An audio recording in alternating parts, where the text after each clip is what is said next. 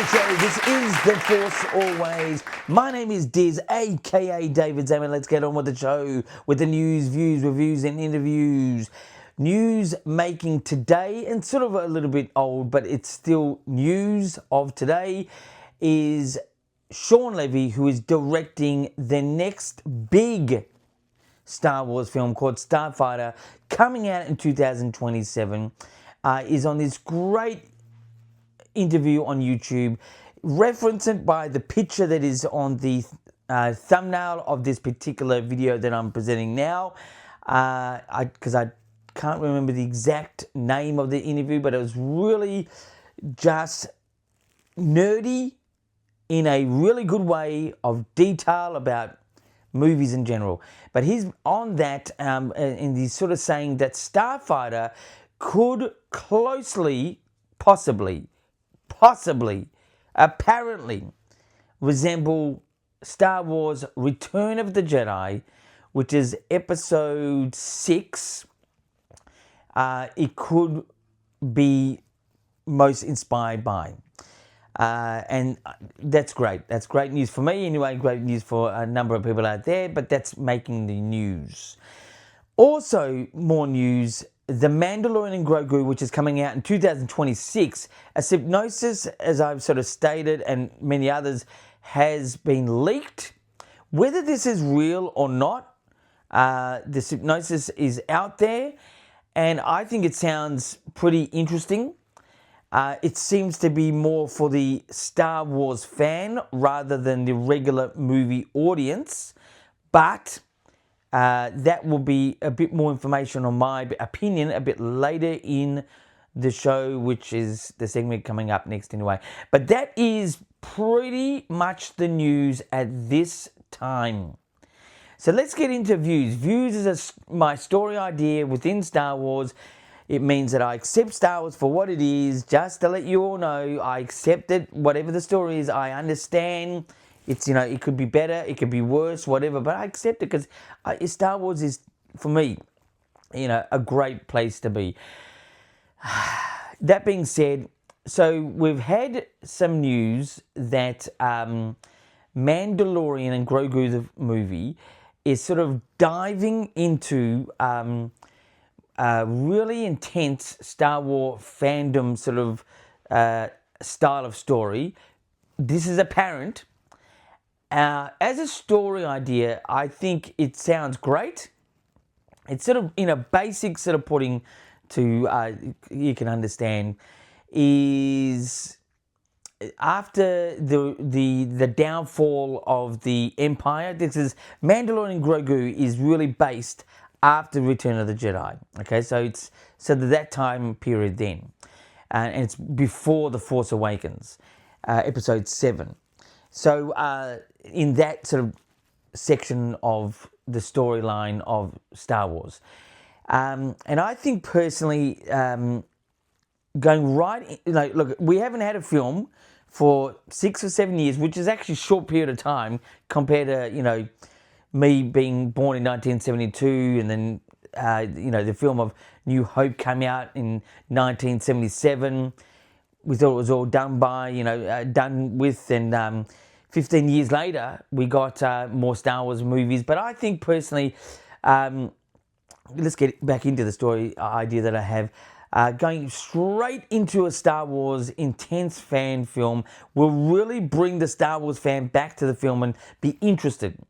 I think they're trying to get that as a core audience back into the seats.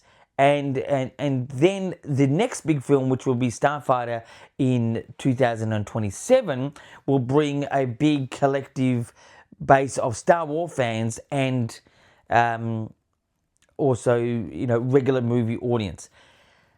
It either will work or not work. My story idea is I think they really need to start off with a regular audience film goer type of story, and they really need to have that involved with the Star Wars, lore, as you would say, together as one film. in one film. That should be the next film.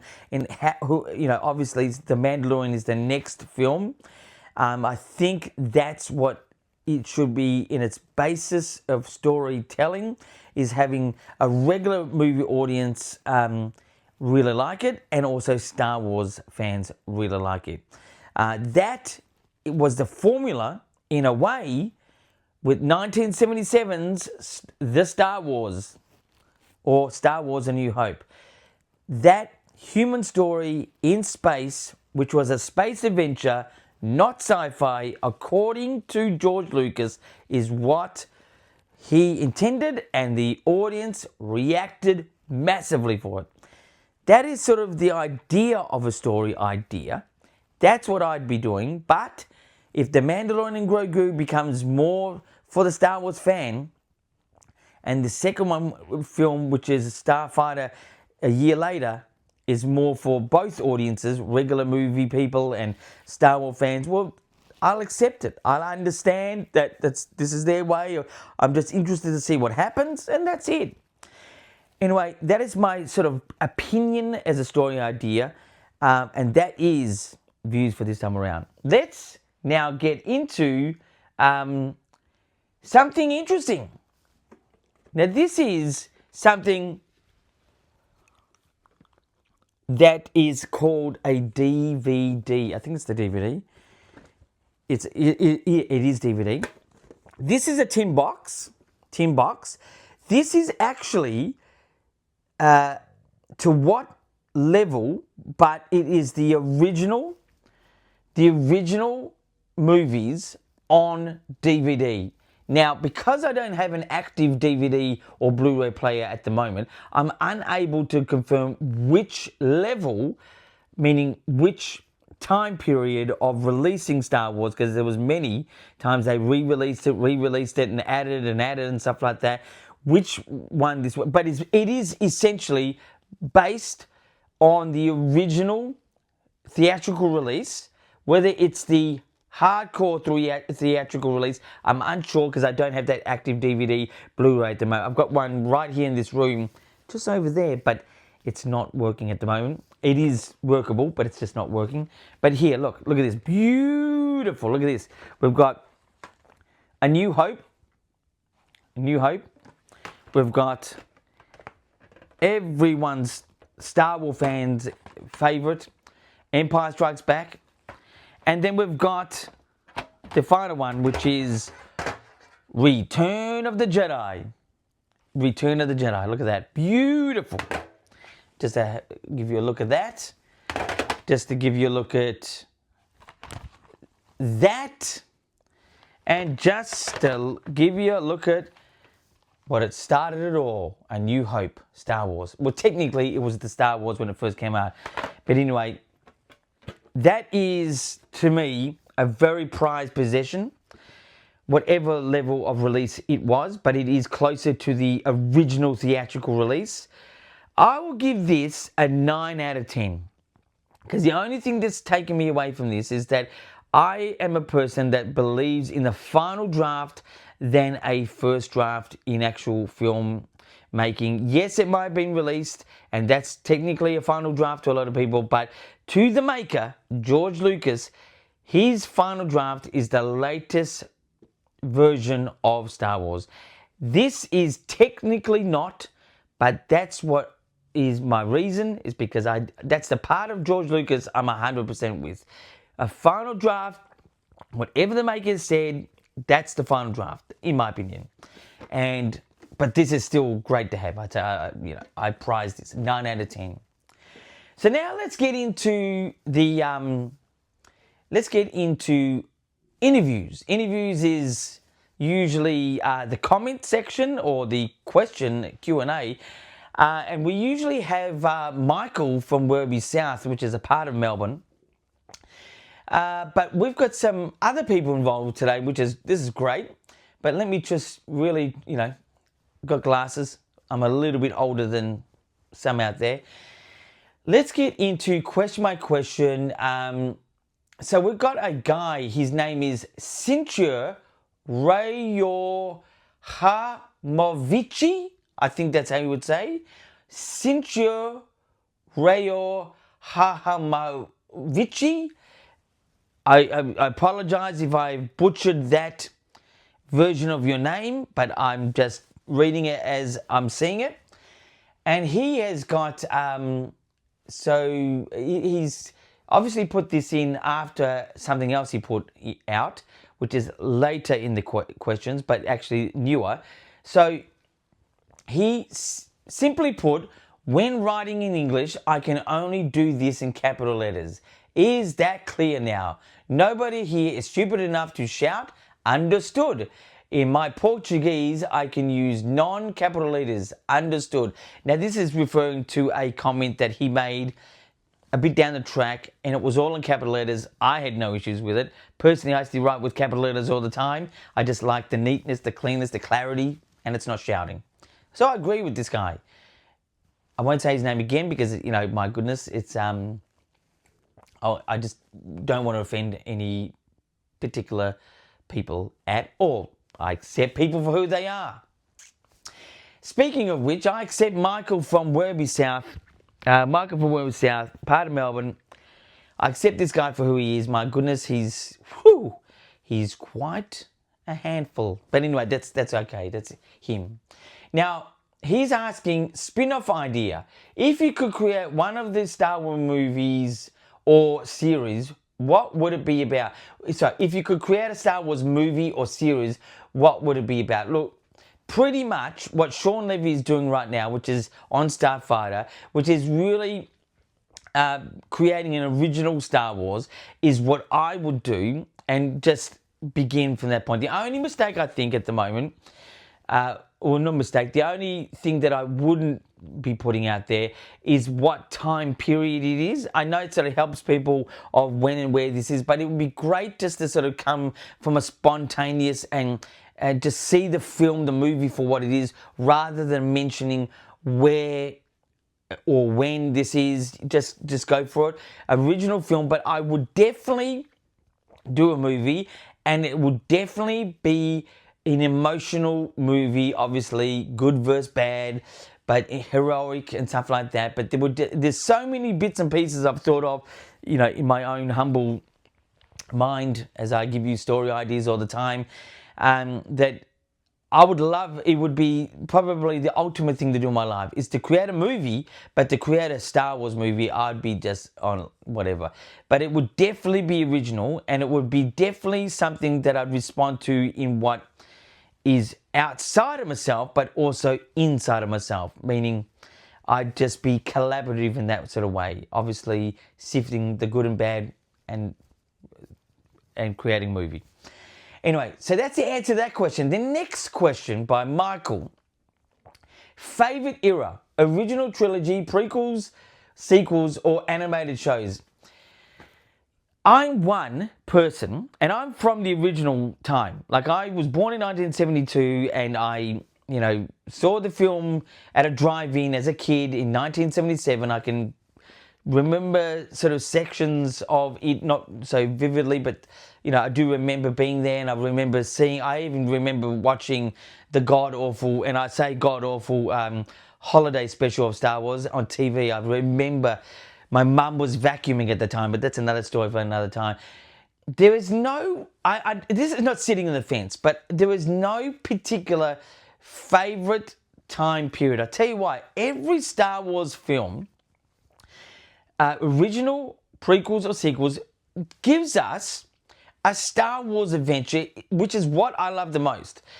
You know, there's always things to change, there's always things to transform and stuff like that. But the original trilogy has a lot of great seamless acting, meaning it's really well done. The prequels have a great story build up, and obviously turning to the dark side, that was great. And I think the sequels are shot with the reality and the reality of almost real life in the look, and the storytelling was evident to me. Even though it's a special effects film, but still there was lots of realness to it. There was a lot of practicality, which is what a lot of fans wanted, and I thought was a great, addition to those films. And the animated series, I think they're great information pieces, even if some of them are dull or whatever are dull. It's all information to me. I just love it. I am a sponge and soak that information up, especially when it comes to Star Wars. I've watched everything that is in Star Wars canon, and I've watched a lot of things that it's not in canon, and I just love soaking up that information. So there's no favourite, everything stands on its own, and that's not sitting on the fence, just to let you know. Anyway, so the next question, by Michael, the High Republic, what's your take on the High Republic era? Is it a worthy addition to lore? Well, yes, it is a worthy addition to Star Wars lore, but I'm not right into the High Republic, and that's more sort of done through books. And don't get me wrong, I would enjoy a book, but I don't really get right. For me, Star Wars is a cinema experience, and that's it. Not that's it. It's a cinema experience. That's what Star Wars is. So my take is that it's okay. If it came to as a movie, I'd go check it out. And yes, it's a worthy addition as it's a part of the storyline in a official but unofficial way. I mean, it is canon, but it is it's a bit loosely out there. Anyway, so more questions by Michael. May the Force be with you. What does that phrase truly mean to you beyond a simple farewell? Well, let me just say, it's actually not a farewell. It's actually, saying good luck in a way, in a sort of way of putting it in a general sort of term. And what it means to me, I don't really use it much. I do say the Force, I use the Force and the ideals of what Star Wars is a lot in my life. But may the Force be with you, for me, means have a great day or great night. But it is not a farewell. It is a more good luck, in a general way of speaking. To more questions by Michael from Werribee South. Jedi/Sith identity. If you were a Jedi, what would your lightsaber color style be? If Sith, what would your Darth name be? Well, the color, I actually buy deliberately in the name of positivity, because I do come from the original film trilogy when Jedi was more regarded as a religion rather than, a failure to a lot of people in the universe after all these movies have come out. But I've got a blue lightsaber. I stand by it. That's the one. It's a more generalized thing. Green to me is the next level type of thing. For me, blue is, if I'm going to buy a lightsaber, it's got to be blue or green. I love the color red, but I'm not going to be drawn into the dark side. It's just sort of a thing I do. But it's sort of like a habit maybe. But my Darth name, Darth Diz, I don't know. It's not the best sounding Darth Vader sort of Darth type of name. But I would have, it's funny enough you say that, I would have liked Darth Vader's name to being derived from the word invader and father, and got to know more about that in the actual story, which is a story idea of mine, of Star Wars. Being, sort of reminiscent to the word of father, Vader, and also reminiscent to the word invader. It just sort of, there's more connection to that. But, look, I'm just going to stick with Darth Diz. It's comedic, but that's what I've just spontaneously come up with you today. Anyway, so the next question, the Force. How does the Force work really? Do you prefer the midichlorian explanation or more mystical view? I accept. I actually think the whole midichlorian word and outrage is overrated. I just think it's just a name. It suits a technical science term. It's fine. I've got no issue with it. But the mystical idea of the Force is definitely, I think, a bit more intriguing. But either. I'm more for the mystical, but I think the whole midichlorian explanation is overrated in its, dislike. But that's people's opinions, and that's mine. That's it. So let's get into another question. Canon versus Legends. Which era storyline from the expanded universe do you wish was still canon and why? Well, I don't really know much about the expanded universe with great detail because I really just like sticking on the massive story Star Wars is in its canon. Like, I'm just interested in that. It's the best way to answer that question. Okay, so then we've got what's the real, by Michael again, what's the real reason Anakin turned to the dark side? Fear, arrogance, or something else? It is something else. He was trying to save the life of his wife or girlfriend or whatever you want to say, Padme, and saving her life. And he was just trying to find a way for her to live, to forever live. And he sort of found, Palpatine, and Palpatine manipulated him and said, turn to the dark side and you can learn how to save your wife or girlfriend, whatever it is. And he was just screwed. That's it. That's the answer to that question. Now, the next couple of ones, the next one is The Mighty Cookie Show. The next question or comment, I think it's a comment, by The Mighty Cookie Show. Well, I would go check it out, but number one, the money would go to Disney, which I find appalling. Number two, until Disney's stupid sequel trilogy is retconned, we all know what Luke did is pointless. That was from The Mighty Cookie Show. And you know what? I respect that. I get it. Don't completely agree personally, but I get where you're coming from and, I get it. I understand.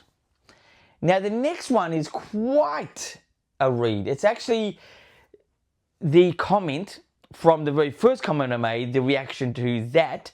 And this comment is all in capitals. And let me just say again, I don't take this as shouting. I just take this as just clear simplicity, and that's it. Anyway, now this is quite a long one. I'll do the best I can. Imagine fiction. This is by Cynthia Rayor Hahamovici. I think that's how you say it. I'm not going to say it anymore because I don't want to offend anyone, in this process. My goodness. Anyway, so look, he says, or she says, imagine fiction is to border reality. The great being Sidril, commander and warrior who somehow inspired the character Lord Darth Vader, today sufficiently redeemed, has accessed his Onotomegula pair, his female twin being who still lives here on Earth, and both prepare for the definitive reunion at the same dimension of existence by evolutionary merit. Into that universe, apparently only fiction, Lord Vader pure, not Anakin Skywalker, was entity entering Enforcer, true virtuoso of the Force, masterfully playing the keyboard of the dark side, extracting powerful, thunderous sonotorities in the score of apparent total cruelty and in melodic key of evolutionary karmic and adjustments of those who reach by his own iron hands and steel arms. Yes, into that universe, apparently only fiction Lord Vader pure was an instrument of the supreme law, acting and from the dark side of the Force. Yes, supreme law uses great beings to act as sharp blades in its severe hands, bringing real order through apparent chaos. Dying Anakin Skywalker, Lord Vader pure, felt that the universe and his universe here became an energetic interface and consciousness extension of great Sidril Commander Warrior, along with his female twin being, his Onotomegula pair, I think that's how you say it. Both of them have become light workers. Indeed, Star Wars points to real basis, referring to our evolutionary values as immortal creatures transisting through morality, and reality is much more extraordinary than any fiction. Greetings and salutations. God bless us all. That was poetry That was a great comment. Thank you, without spoiling your name again, for that great comment. Anyway, that is this show, a little bit longer than usual. And I'll leave it there. Until next time, my friends, keep rocking.